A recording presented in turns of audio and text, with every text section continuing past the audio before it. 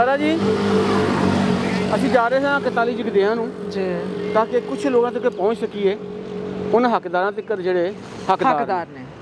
ਤੇ ਰਸਤੇ 'ਚ ਅਸੀਂ ਹੈਗਾ ਹਸ਼ਮਤਪੁਰਾ, ਹਾਂ ਇੱਥੇ ਆਏ ਆ ਤੇ ਲੰਘ ਕੇ ਸਾਂ ਤੇ ਅਸੀਂ ਕੀ ਦੇਖਿਆ ਕਿ ਇੱਕ ਮਜ਼ਦੂਰ ਬੰਦਾ ਵਾ ਤੇ ਮਿਹਨਤ ਮਜ਼ਦੂਰੀ ਕਰਦਾ ਮਿਹਨਤ ਮਜ਼ਦੂਰੀ ਕਰਦਾ। ਤੇ ਆਓ ਚੱਲਦੇ ਆ।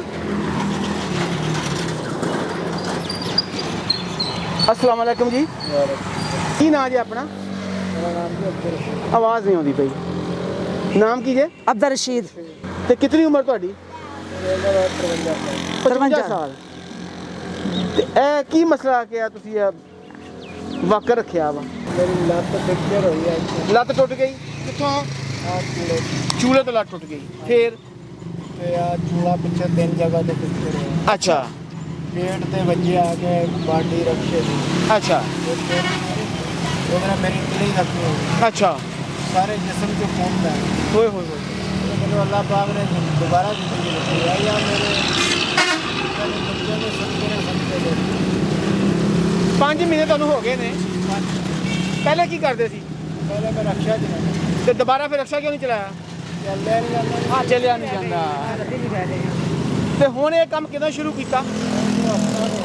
कितने बच्चे आ?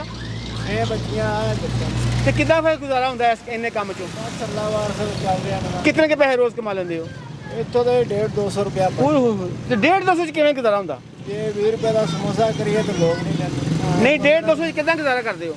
बच्चियां काम कुम घर करते हैं। की कढ़ाई कढ़ुई का इतना जो को करे। अच्छा अच्छा, बीवी भी नाल हिम्मत करदी है? हाँ जी, बीवी आ सारा कुछ वही बना के देंदी। अच्छा, बीवी तारा घरों बना के देंदी है ते ये फिर इत्थे आण के हां जी बच्चियां सिलाई सुई कर लेंदियां? हाँ जी, अच्छा बच्चियां जवान है मेरी।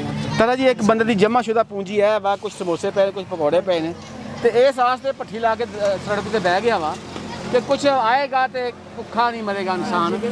ते कदी किसी ने ऐसो जांदे नहीं पूछया की ना तुहाडा? अब्दुल रशीद। कदी किसी ने जांदे नहीं पूछया कि भाई अब्दुल रशीद की मसला तेनू? किसी ने पूछया? ऐस आबादी के जो लोग लंघते आ जेह्ड़े जानते सी अब्दुल रशीद आ या तेरी बरादरी सी, कदी नहीं किसी ने पूछया? बरादरी दे गरीब लोग आ। अच्छा उन्होंने बेचारा ने की पूछा। अच्छा तारा इस दुख के बावजूद भी चेहरे ते मुस्कुराहट है, गमी नहीं है जी। मेरा मतलब है कि हंसमुख बंदा वा, हाँ जी चलने वाला बंदा वा। चलन वाला बंदा। अच्छा अच्छा अच्छा कोई नहीं, अल्लाह पाक बेहतर करेगा। ਹੁਣ ਤੇ ਬਾਜੀ ਅੱਲਾਹ ਪਾਕ ਦਾ ਬਹੁਤ ਕਰਮ ਆ ਮੇਰੇ ਤੇ। है देखे कहते अल्लाह पाक का बहुत करम। देखो तारा जी मेहनत कश आदमी जरा ना वो कहता अल्लाह पाक का करम है जी।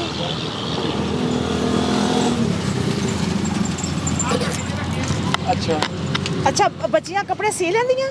ਸਿਲਾਈ ਨੇ ਬੱਚੇ ਕਢਾਈ ਦਾ ਕੰਮ ਕਰਦੇ। कढ़ाई दा काम करदियां वा? हाँ जी दसो दसो की कहने लगे जी? ਉਹ ਜਿੰਨਾ ਕੋ ਜਾਂਦਾ ਕਰ ਲੈਂਦੀਆਂ। जिन्ना को इंदा कर लेंगे। अच्छा अच्छा ਰੋਜ਼ੇ ਰੱਖਦੀਆਂ तो ਹੁਣ। हुण तुहानू की मसाइल ने ज्यादा इलाज दे सिलसिले मसाइल आ?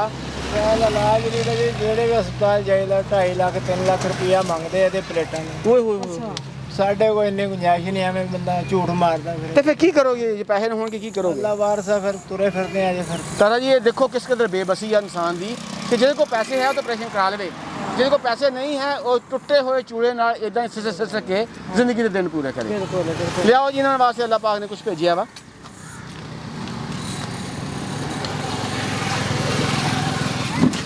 ਰੱਖ ਦੋ। ਇਹ ਅੱਲਾਹ ਪਾਕ ਨੇ ਤੁਹਾਡੇ ਵਾਸਤੇ ਰਾਸ਼ਨ ਭੇਜਿਆ ਪੂਰੇ ਮਹੀਨੇ ਦਾ, ਠੀਕ ਹੈ? ਇਹ ਤੁਹਾਡੇ ਤੇ ਕੋਈ ਆਸਾਨ ਨਹੀਂਗਾ। ਇਹ ਉਹ ਲੋਕ ਜਿਹੜੇ ਮਿਹਨਤ ਕਰਦੇ ਆ, ਕਿਸੇ ਦੇ ਹੱਥ ਨਹੀਂ ਫੈਲਾਉਂਦੇ, ਇਹ ਉਹਨਾਂ ਵਾਸਤੇ ਰੱਬ ਭੇਜਦਾ ਪਿਆ, ਠੀਕ ਹੈ? ਇਸ ਵਾਸਤੇ ਮੇਰੇ ਤੋਂ ਵੀ ਗਰੀਬ ਲੋਕ ਮੇਰੇ ਤੋਂ ਵੀ ਜ਼ਿਆਦਾ। अच्छा जी ये भी अल्लाह पाक ने भेजा। गिनो हाँ हाँ जी गिनो।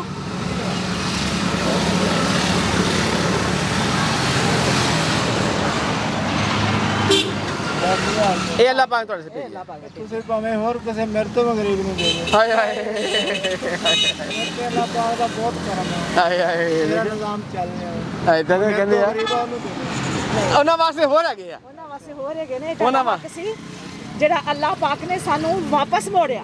ਔਰ ਦੇਖੋ ਅੱਲਾਹ ਤਾਲਾ ਨੇ ਕਿਉਂ ਮੋੜਿਆ ਵਾ, ਉਹ ਬੰਦਾ ਆਪਣੇ ਮੂੰਹੋਂ ਕਹਿਣ ਦਿਆ ਵਾ ਮੇਰੇ ਤੋਂ ਹੋਰ ਬਹੁਤ ਗਰੀਬ ਨੇ, ਕਿਸੇ ਹੋਰ ਨੂੰ ਦੇ ਦਿਓ। ਨਹੀਂ, ਇਹ ਤੁਹਾਨੂੰ ਅੱਲਾਹ ਪਾਕ ਨੇ ਭੇਜੇ ਆ ਤੇ ਉਹ ਜਿਹੜੇ ਹੋਰ ਗਰੀਬ ਆ ਉਹਦੀ ਨਿਸ਼ਾਨਦੇਹੀ ਕਰੋ, ਅਸੀਂ ਉਹਨਾਂ ਕੋਲ ਵੀ ਜਾਵਾਂਗੇ।